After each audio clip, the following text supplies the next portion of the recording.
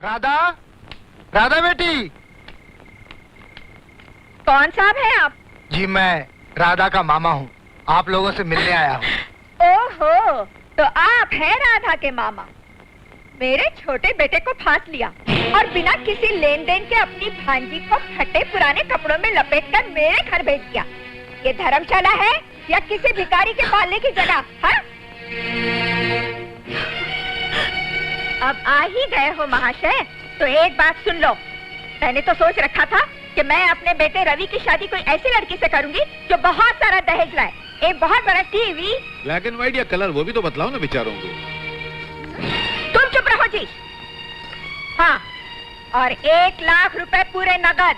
हाँ, 1 लाख रुपया तो सबसे ज्यादा जरूरी है। देखिए माशे, मेरी बीवी को इस उम्र में नए नए शौक पैदा हुए। उसे कलर टेलीविजन चाहिए, वीसीआर चाहिए, गहने चाहिए, नए नए कपड़े चाहिए, स्कर्ट चाहिए, ऊंची एड़ी वाला सैंडल चाहिए, किसी भी हालत में चाहिए, चाहे उसके लिए उसे अपने बेटे ही नीलाम करना क्यों न पड़ जाए। तुम बहुत बोल चुके, चुप रहो।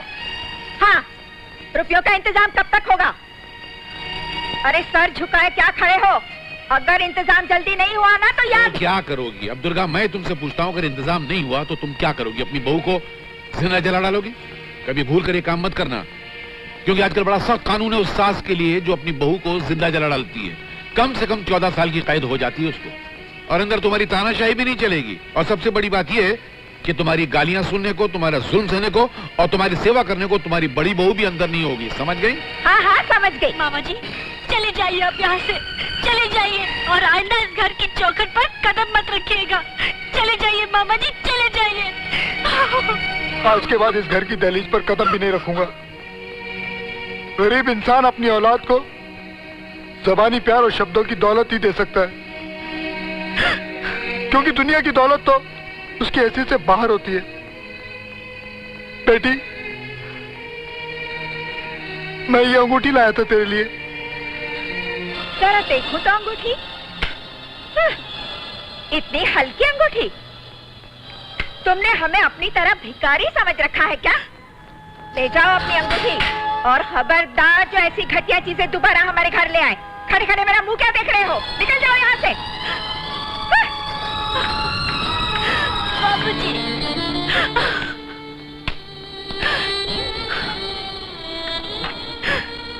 बाबूजी,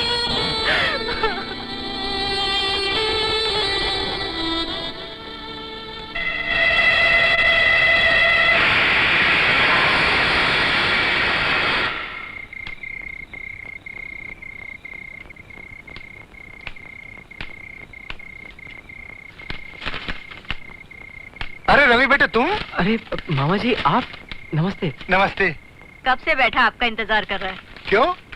अरे घर का हालचाल जानने के लिए, और क्यों। अच्छा अच्छा अच्छा। अरे भाई इसको कुछ चाय वाय पिलाई कि नहीं? हाँ, सब कुछ पिला दिया। अरे बेटे खड़े क्यों? बैठो बैठो बैठो बैठो। क्या हुआ, अंगूठी दे आए राधा को? हाँ, अंगूठी? हाँ बिल्कुल दे आया हूँ राधा को। उसे अपने पास बैठा के अपने हाथों से अंगूठी पहना के आया हूँ मैं। राधा की सास ने कुछ खातिर वातिर की कि नहीं आपकी? हाँ हाँ, बहुत खातिर की। अरे भाई मजाक थोड़े ये, आखिर मैं समझी हूँ उनका। खातिर कैसे नहीं करते वो लोग। मामा जी, आप जब भी कभी दफ्तर के काम से शहर जाएंगे, आप हमारे घर पे ठहरेंगे। नहीं बेटे, नहीं जा पाऊंगा तुम्हारे घर। तुम्हारे घर वाले बहुत खातिर करते हैं, पर इतनी खातिरदारी मुझसे सहन नहीं होगी। अरे आप रो रहे हैं क्या? नहीं धनवंती, ये तो राधा के प्यार के आंसू हैं। बचपन से आज तक हमारी राधा ने कितने दुख झेले। ये किसे पता था कि उसके नसीब में ये दिन भी देखना लिखा है। इसलिए आज मेरे लाख रोकने के बावजूद ये आंसू खुद ब खुद बह जा रहे हैं।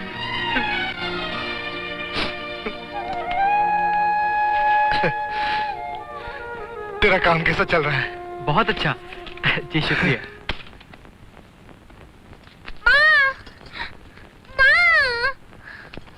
दीदी, गॉड। माँ, क्या बात है राजू? अरे तुझे तो तेज बुखार है। दीदी भी आप यहाँ बैठी हुई है। दीदी क्या? ये इतनी सारी कटहल की सब्जी किसके लिए बना रही हैं आप? मोहिनी की नौकरानी आज आई नहीं है, वही मुझे सारा कटहल सब्जी बनाने के लिए देके गई है। मोहिनी रहती अपने पति के घर में और आपको कटहल की सब्जी काटने को दी है। वाह। और आप है जो यहाँ बैठकर कटहल काट रही हैं। बाहर राजू रो रो के बेहाल हो रहा है और आप। दीदी चलिए उठिए यहाँ से। नहीं राधा, मोहिनी ने देख लिया तो वो नाराज हो जाएगी। आप चलिए यहाँ से। नहीं राधा, छोड़ो ना मुझे, मेरा काम करने दो। आपको आपके बीमार राजू की कसम। राधा चलिए यहाँ से। अरे अब चलिए अंदर जाइए आप।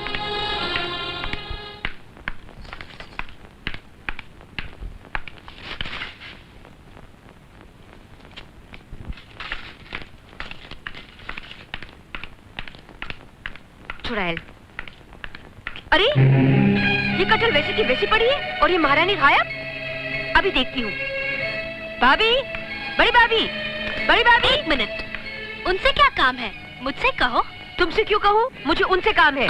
अरे इस घर की बड़ी बहू पर हुक्म चलाने से पहले तुम्हें छोटी बहू से बात करनी होगी। मुझे तुमसे कोई बात नहीं करनी। क्या बात है? क्या हुआ मोहिनी? माँ देखो ना, मेरे देवर जी मेरे घर आए हैं। तुम्हें तो मालूम है ना कि उन्हें कटहल खाने का कितना शौक है। हाँ। माँ मैं कुछ कटहल लाई थी और बड़ी भाभी के पास काटने के लिए दे गई थी, लेकिन उनकी हिम्मत देखो, सारी की सारी कटहल वहीं पड़ी है। कटहल काटना छोड़कर महारानी अपने कमरे में आराम फरमा रही है। मगर बड़ी बहू ने कटहल क्यों नहीं काटा? बड़ी भाभी को कटहल काटने से मैंने रोका है। तुमने मना किया है? जी हाँ, मैंने मना किया है। हम हिंदुस्तानी लड़कियाँ अपने मायके से पता नहीं क्या क्या उम्मीदें, क्या क्या सपने लेकर आती हैं। ओह, मगर यहाँ आने के बाद हमें अपनी उम्मीदों का गला घोटना पड़ता है। हमारे सपनों को भुलाकर हमें नौकरानी बनना पड़ता है। इसके बाद भी हम हालात से समझौता करके नौकरानी बनना मंजूर कर लेते हैं।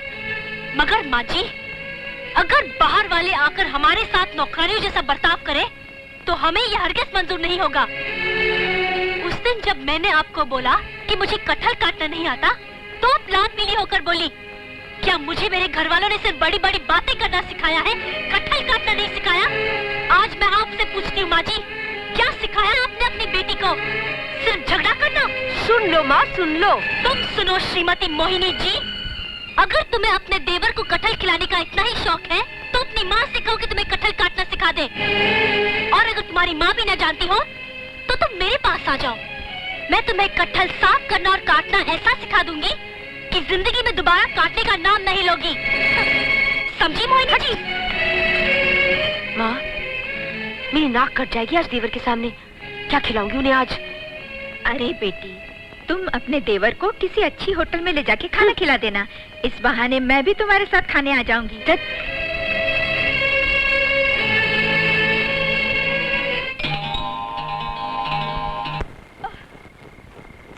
दुर्गा, क्या हुआ? तबीयत तो ठीक है ना? बड़ी बेचैनी सी हो रही है, आंखों के सामने अंधेरा सा छा रहा है, सीने में भी कुछ घुटन सी हो रही है। ऐसा लगता है किसी ने भारी पत्थर सीने पे रख दिया हो। हाय हाय, अब तो मेरा ये हाथ भी काम नहीं कर रहा है। मेरा दिमाग काम नहीं कर रहा। तुम दिन भर चीखोगी चिल्लाओगी तो यही सब होगा, और क्या होगा? चुपचाप पड़े रहो, बेकार में मेरा जी मत चलाओ। तुम्हें तो सिर्फ मेरा ही चिल्लाना सुनाई देता है। छोटी बहू और बड़ी बहू दोनों दिन भर घर में तूफान मचाती है, उनकी आवाज नहीं पहुंचती ना तुम तक? नहीं। क्या? नहीं पहुंचती है। छोटी बहू बड़ी बहू के साथ मिलकर खामोशी से लीडरों की तरह चाल चलती रहती है, उसका कुछ नहीं। अरे मैंने सुबह सिर्फ कटहल काटने को कहा, सिर्फ थोड़ा सा कटहल काटने को कहा, तो न जाने कितनी सारी बातें सुना डाली मुझे। हाँ, ये तो बहुत बुरी बात। काटी नहीं, उल्टी तुम्हारी नाक काट डाली उन्होंने। क्या? मेरी नाक काटना सांप के बिल में हाथ डालने जैसा है। मौका मिलते ही ये सांप ऐसा डसेगा कि उसके रोम रोम में जहर भर जाएगा, समझे? तुम्हारे सीने का दर्द अच्छा हो गया? ज्यादा हो गया? सो जाओ, सो जाओ, सो जाओ बस। बड़ा दर्द हो रहा है। तुम मजाक तो नहीं कर रहे हो ना? नहीं नहीं, मेरी हिम्मत हो सकती है मजाक करने की। सो जा। बड़ी बेचैनी हो रही है। बहुत अच्छा। जो अपना लगे उसे अपना बना लो। हो तो गया। मेरी बात बाबूजी, मेरी माँ कहाँ है? श्राद्ध में गई है। श्राद्ध में? किसके? अरे तेरी छोटी बहू और बड़ी बहू के श्राद्ध में गई ओ है। बाबूजी, आप भी कमाल करते हैं। बताइए ना माँ कहाँ गई हैं? अरे मंजली बहू के कमरे के अलावा तेरी माँ और कहाँ जा सकती, जाके देख ले वहाँ पर। अच्छा सुन सुन सुन। क्या है? अच्छा तू एक आ गई, तू मेरी एक मदद करेगी? बाबूजी पैसे तो नहीं मांगेगे ना? इसीलिए शायद मुझसे डरती रहती है, भागती रहती है कि मैं भिखारी की तरह तुझसे पैसे न मांग लूं। मैं बेटी में पैसे नहीं मांगूंगा। तो फिर ठीक है, बताइए ना क्या चाहिए? क्या है, मैं अंधा हूँ, मैं लिख नहीं सकता ना। मैं तुझे एक कविता बोलता जाता हूँ, तो मेरी कविता को लिखती जा। ठीक है, बोलिए। कागज ले, कलम ले, बैठ जा तो बोलूंगा ना।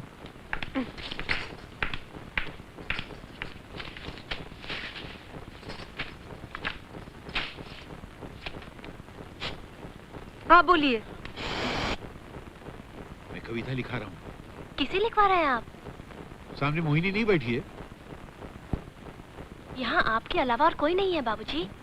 तबे कौन बाहर निकल गई?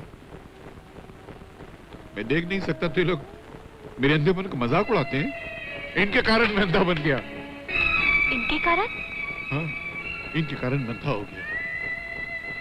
इस जमाने में नौकरी किया करता था तो मेरी आंखों से पानी बहने लगा, धुंधला दिखाई देता था। डॉक्टर ने कहा कि तुम ऑपरेशन करा लो तो तुम्हारी आंखें ठीक हो जाएंगी, वरना हमेशा के लिए अंधे हो जाओगे।